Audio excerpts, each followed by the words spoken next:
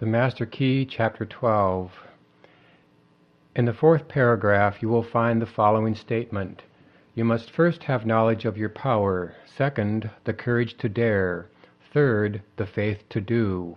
If you concentrate upon the thoughts given, if you give them your entire attention, you will find a world of meaning in each sentence, and will attract to yourself other thoughts in harmony with them, and you will soon grasp the full significance of the vital knowledge upon which you are concentrating. Knowledge does not apply itself. We as individuals must make the application, and the application consists in fertilizing the thought with a living purpose. The time and thought which most persons waste in aimless effort would accomplish wonders if properly directed with some special object in view. In order to do this, it is necessary to center your mental force upon a specific thought and hold it there, to the exclusion of all other thoughts. If you have ever looked through the viewfinder of a camera, you found that when the object was not in focus, the impression was indistinct and possibly blurred, but when the proper focus was obtained, the picture was clear and distinct. This illustrates the power of concentration. Unless you can concentrate upon the object which you have in view, you will have but a hazy, indifferent, vague, indistinct, and blurred outline of your ideal, and the results will be in accordance with your mental picture. There is no purpose in life that cannot be best accomplished through a scientific understanding of the creative power of thought. This power to think is common to all. Man is because he thinks. Man's power to think is infinite. Consequently, his creative power is unlimited. We know that thought is building for us the thing we think of and actually bringing it nearer, yet we find it difficult to banish fear, anxiety, or discouragement, all of which are powerful thought forces, and which continually send the things we desire further away, so that it is often one step forward and two steps backward. The only way to keep from going backward is to keep going forward. Eternal vigilance is the price of success. There are 3 steps, and each one is absolutely essential. You must first have the knowledge of your power, second, the courage to dare, third, the faith to do. With this as a basis, you can construct an ideal business, an ideal home, ideal friends, and an ideal environment. You are not restricted as to the material or cost. Thought is omnipotent and has the power to draw on the infinite bank of primary substance for all that it requires. Infinite resources are therefore at your command. But your ideal must be sharp, clear-cut, definite. To have one ideal today, another tomorrow, and a third next week means to scatter your forces and accomplish nothing. Your result will be a meaningless and chaotic combination of wasted material. Unfortunately, this is the result which many are securing, and the cause is self-evident. If a sculptor started out with a piece of marble and a chisel and changed his ideal every 15 minutes, what result could he expect? And why should you expect any different result in molding the greatest and most plastic of all substances, the only real substance?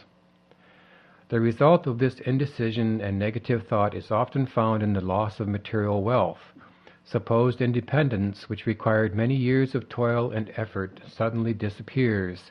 It is often found, then, that money and property are not independence at all.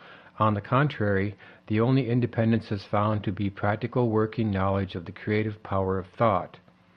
This practical working method cannot come until you learn that the only real power which you can have is the power to adjust yourself to divine and unchangeable principles. You cannot change the infinite, but you can come into an understanding of natural laws. The reward of this understanding is a conscious realization of your ability to adjust your thought faculties with the universal thought which is omnipresent. Your ability to cooperate with this omnipotence will indicate the degree of success with which you meet. The power of thought has many counterfeits which are more or less fascinating, but the results are harmful instead of helpful. Of course, worry, fear, and all negative thoughts produce a crop after their kind. Those who harbor thoughts of this kind must inevitably reap what they have sown. Again, there are the phenomena seekers who gourmandize on the so-called proofs and demonstration obtained at materializing seances. They throw open their mental doors and soak themselves in the most poisonous currents which can be found in the psychic world. They do not seem to understand that it is the ability to become negative, receptive, and passive, and thus drain themselves of all their vital force, which enables them to bring about these vibratory thought forms. There are also the Hindu worshippers who see in the materializing phenomena which are performed by the so-called adepts a source of power, forgetting or never seeming to realize that as soon as the will is withdrawn, the forms wither, and the vibratory forces of which they are composed vanish.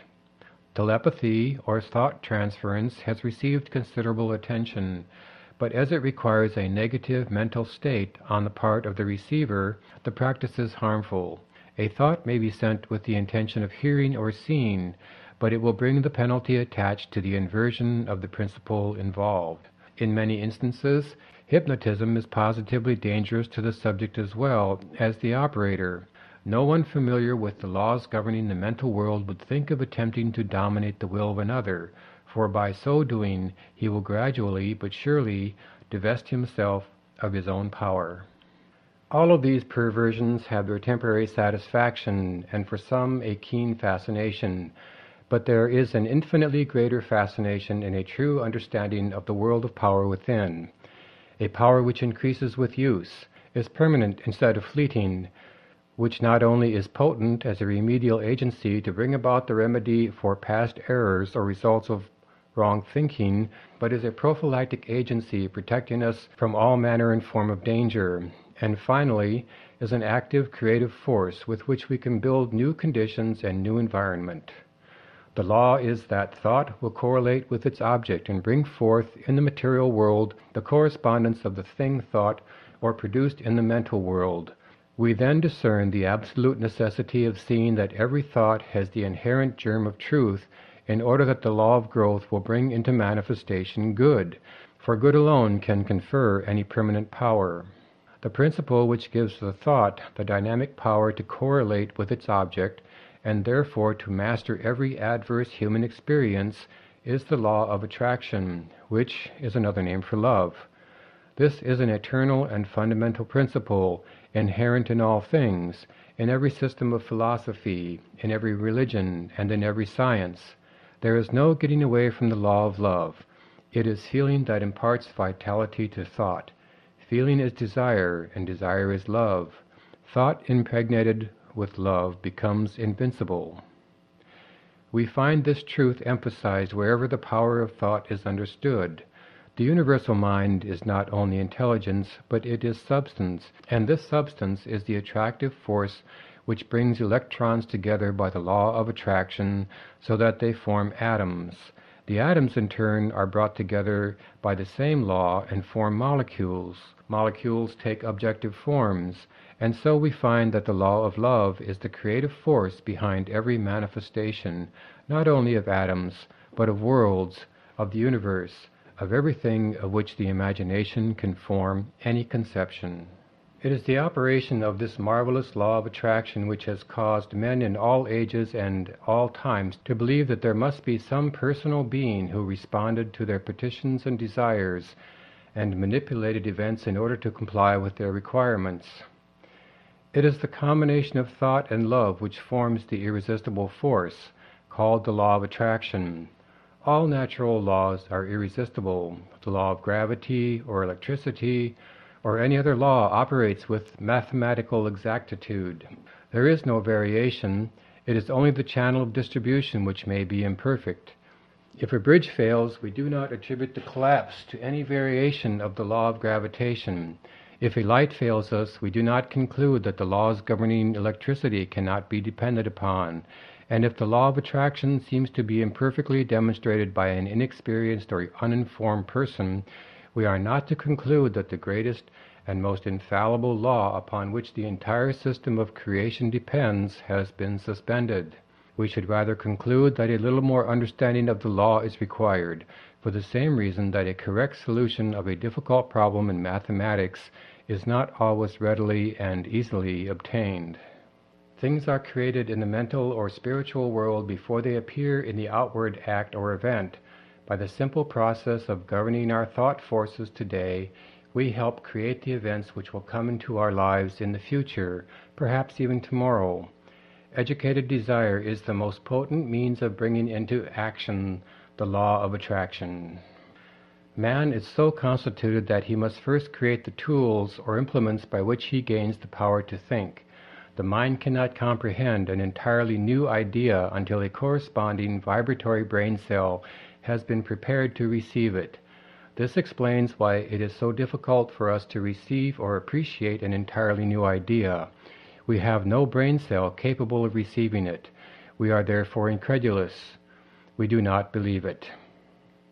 If, therefore, you have not been familiar with the omnipotence of the law of attraction and the scientific method by which it can be put into operation, or if you have not been familiar with the unlimited possibilities which it opens to those who are enabled to take advantage of the resources it offers, begin now and create the necessary brain cells which will enable you to comprehend the unlimited powers which may be yours by cooperating with natural law. This is done by concentration or attention. The intention governs the attention. The intention governs the attention. Power comes through repose. It is by concentration that deep thoughts, wise speech, and all forces of high potentiality are accomplished. It is in the silence that you will get into touch with the omnipotent power of the subconscious mind from which all power is evolved. He who desires wisdom, power, or permanent success of any kind will find it is only within. It is an unfoldment. The unthinking may conclude that the silence is very simple and easily attained, but it should be remembered that only in absolute silence may one come into contact with divinity itself, may learn of the unchangeable law, and open for himself the channels by which persistent practice and concentration lead to perfection. This week, go to the same room, take the same chair, the same position as previously. Be sure to relax, let go, both mentally and physically. Always do this. Never try to do any mental work under pressure. See that there are no tense muscles or nerves, that you are entirely comfortable. Now realize your unity with omnipotence. Get in touch with this power. Come into a deep and vital understanding, appreciation, and realization of the fact that your ability to think is your ability to act upon the universal mind and bring it into manifestation. Realize that it will meet any and every requirement, that you have exactly the same potential ability which any individual user ever did have or ever will have, because each is but an expression or manifestation of the one. All are parts of the whole. There is no difference in kind or quality, the only difference being one of degree. Thought cannot conceive of anything that may not be brought to expression.